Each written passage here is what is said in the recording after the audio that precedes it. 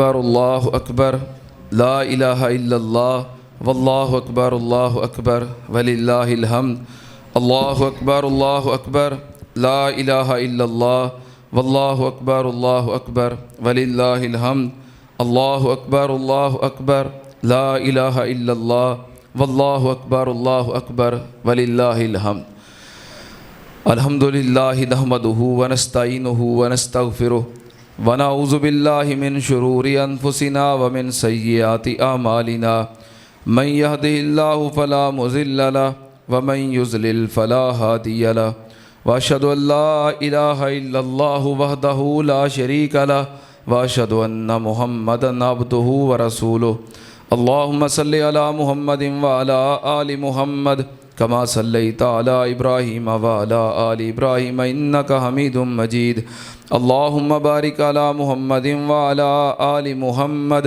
کما بارکت علی ابراہیم وعلی آل ابراہیم انک حمید مجید اما بعد یا ایہا الناس ان احسن الکلام کلام اللہ واحسن الہدی ہدی محمد صلی اللہ علیہ وسلم وشر الامور محدثاتها وَكُلَّ مُحْدَثَةٍ بِدْعَةٍ وَكُلَّ بِدْعَةٍ ضَلَالَةٍ وَكُلَّ ضَلَالَةٍ فِي النَّارِ اما بعد فاعوذ باللہ السمیع العلیم من الشیطان الرجیم بسم اللہ الرحمن الرحیم لن ینال اللہ لحومها ولا دماؤها ولکن ینالہ التقوی منکم صدق اللہ العظیم۔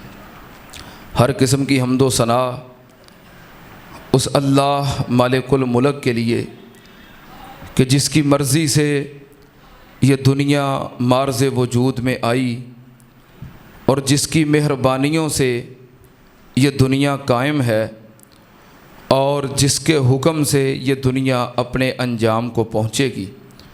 اس کے بعد ان گنت لا تعداد بے حساب اور بے شمار درود و سلام ہو اس ہستی اقدس و مقدس پر کہ جن کا نام نامی اسم گرامی حضرت محمد الرسول اللہ صلی اللہ علیہ وآلہ آلہ وصحابہ وبارک وسلم ہے۔ محترم خواتین و حضرات، آج عید الاضحیٰ کا دن ہے اور یہ دن سال کے دنوں میں سے ایک عظیم دن ہے۔ رسول اللہ صلی اللہ علیہ وآلہ وسلم نے فرمایا ان اعظم الناس عند اللہ یوم النحر، کہ اللہ کے ہاں یوم النحر قربانی والا دن بہت ہی عظیم دن ہے۔ اس دن ہم جو کئی اعمال کو ادا کرتے ہیں ان اعمال میں سے ہمارا سب سے بہترین اور سب سے بڑا عمل کہ اس دن اپنے جانور اللہ کے راستے میں قربان کرنا، یہ سب سے عظیم عمل ہے۔ یہ دن حضرت ابراہیم علیہ السلام اور حضرت اسماعیل علیہ السلام کی یادگار ہے۔ رسول اللہ صلی اللہ علیہ وآلہ وسلم ہر سال 10 ذی الحج یوم عید الاضحیٰ کو قربانی کیا کرتے تھے اور آپ نے فرمایا سنت ابیکم ابراہیم، یہ قربانیاں آپ کے باپ ابراہیم علیہ السلام کی سنت ہیں۔ اللہ نے فرمایا لن ینال اللہ لحومها ولا دماؤها ولکن ینالہ التقوی منکم، کہ جو تم قربانیاں کرتے ہو اللہ کو نہ تمہارے گوشت کی ضرورت ہے نہ تمہارے جانوروں کے خون کی ضرورت ہے، بلکہ اللہ کو تمہارے دل کے تقوی کی ضرورت ہے، کیونکہ یہ جانور تو سب اللہ کے ہیں، گوشت ہو، خون ہو، چمڑا ہو، یہ سب کچھ اللہ کا ہے۔ اللہ کو کسی چیز کی ضرورت نہیں، اللہ کو تمہارے دل کے تقوی کی ضرورت ہے۔ اس سے آپ اندازہ لگائیں کہ عید الاضحیٰ کا دن دین اسلام میں اپنی جامعیت، اپنی وسعت اور اپنی بلندیوں کے اعتبار سے کتنا عظیم دن ہے کہ ہم اپنے جانور، اپنا مال اللہ کے راستے میں قربان کرتے ہیں، لیکن اللہ کو ہمارے دل کے تقویٰ کی ضرورت ہے۔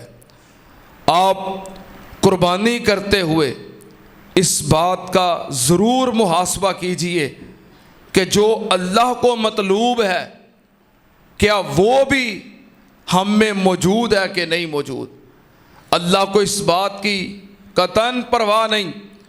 آپ 1 جانور قربان کرتے ہیں، آپ 2 جانور قربان کرتے ہیں، 5 یا 10 جانور قربان کرتے ہیں، اللہ کو اس بات کی بھی پرواہ نہیں کہ آپ کا جانور 1 لاکھ کا یا 10 لاکھ کا ہے۔ اللہ کو اس بات کی بھی پرواہ نہیں کہ آپ کا جانور بہت چھوٹا ہے یا بہت بڑا ہے۔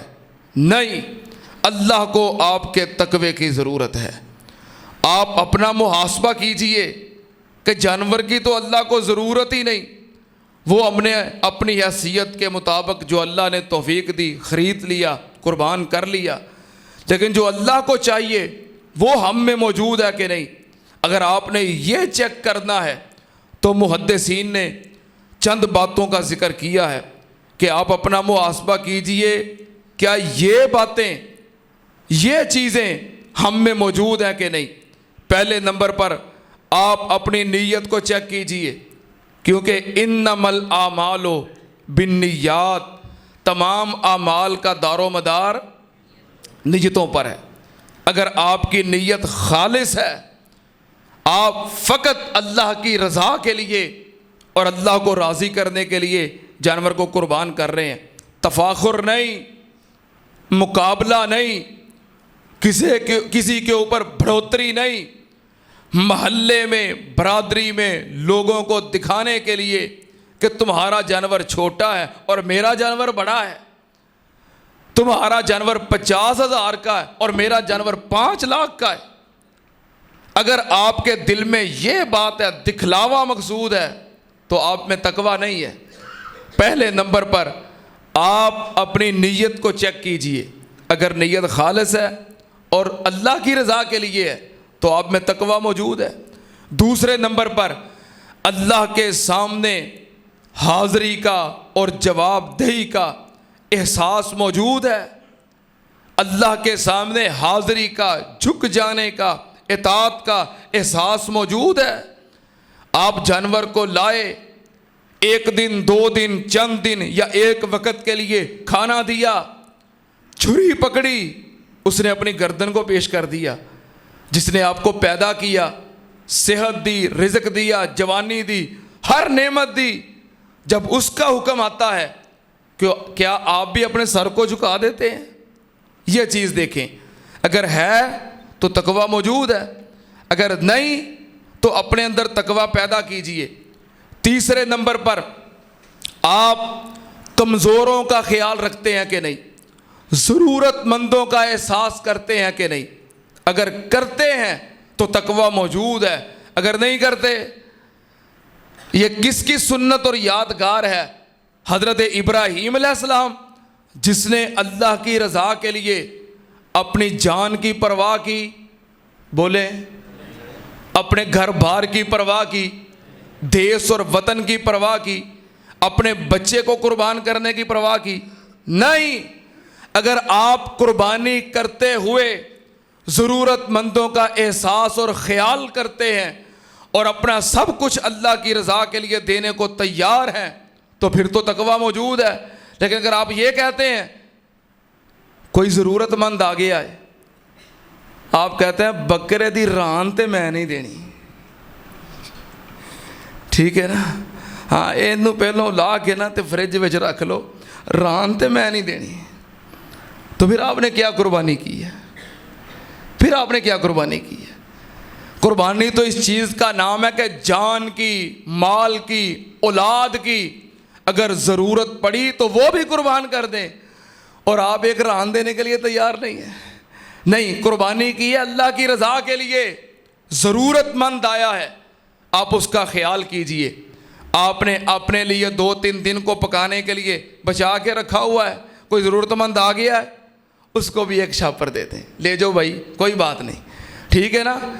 اگر آپ دوسروں کا احساس کرتے ہیں جنہوں نے قربانی نہیں کی آپ کے محلے میں, آپ کی گلی میں, آپ کے قرب میں, آپ کے علم میں ہے, اور آپ شاپر میں گوشت ڈال کے خود چل کر ان کے دروازے تک جاتے ہیں, دستک دیتے ہیں, عید ملتے ہیں, سلام کرتے ہیں اور ان تک گوشت پہنچاتے ہیں, تو پھر تو تقویٰ موجود ہے. لیکن اگر آپ کہتے ہیں کہ ہم نے قربانی کی ہوئی ہے, جس کو ضرورت ہے آ جائے لے جائے, ان کو نہیں پتا کہ ہم نے قربانی نہیں کی اور ان کی ہاں گوشت موجود ہے, لے آتے ہیں, نہیں, پھر آپ میں احساس نہیں ہے, آپ میں احساس نہیں ہے. کوشش کیجئے کہ جو آپ کے علم میں ہے قربانی نہیں کی, سفید پوش طبقہ اور ندامت سے بھی بچتا ہے, سوال کرنے سے, کسی کے دروازے پہ جا کے مانگنے سے ان کو شرمندگی ہوتی ہے. آپ خود آگے بڑھیں, اللہ نے آپ کو ہمت دی ہے, توفیق دی ہے, مال دیا ہے, اس مقام تک پہنچایا ہے کہ آپ قربانی کرنے والے ہیں, آپ دینے والے ہیں, لینے والے نہیں. قدم بڑھائیے, ہمت کیجئے, خود ان کے دروازوں تک پہنچیے. اگر دوسروں کو دینے کا اور سب کچھ اللہ کی رضا کے لیے خرچ کر دینے کا جذبہ موجود ہے تو آپ میں تقویٰ موجود ہے. اور 5ویں نمبر پر کتنی باتیں ہو گئیں؟ اپنے آپ کو گناہوں سے بچائیے, اپنے آپ کو گناہوں سے بچائیے. اگر آپ قربانی کرتے ہیں, خرچ کرتے ہیں, عبادات کرتے ہیں, عید پڑھتے ہیں, لیکن پھر گناہوں میں ملوث رہتے ہیں, دیدہ دنستہ دلیری کے ساتھ گناہ کرتے ہیں, تو قربانی نے آپ کے اوپر کچھ بھی اثرات نہیں چھوڑے. گناہوں سے بچیے. اور آخری بات, اپنے اندر تبدیلی لائیے کہ اگر ہمارا جانور اتنا وفادار ہے کہ وہ ہمارے لیے قربان ہونے کو اور ذبح ہونے کو لیٹ گیا, ہم اللہ کے کتنے وفادار بنتے ہیں قربانی کرنے کے بعد. اگر تبدیلی آتی ہے تو سمجھ لیجئے تقویٰ موجود ہے. جس چیز کی اللہ کو ضرورت ہے وہ آپ میں موجود ہے. اپنا محاسبہ کیجئے, اللہ میرے سمیت ہم سب کو تقویٰ کی دولت سے مالا مال فرمائے. تقویٰ جیسی عظیم نعمت اللہ ہم کو عطا فرمائے, اور اللہ ہماری قربانیوں کو اپنی رضا کے لیے اپنی بارگاہ میں قبول فرمائے. وآخر دعوانا ان الحمد للہ رب العالمین.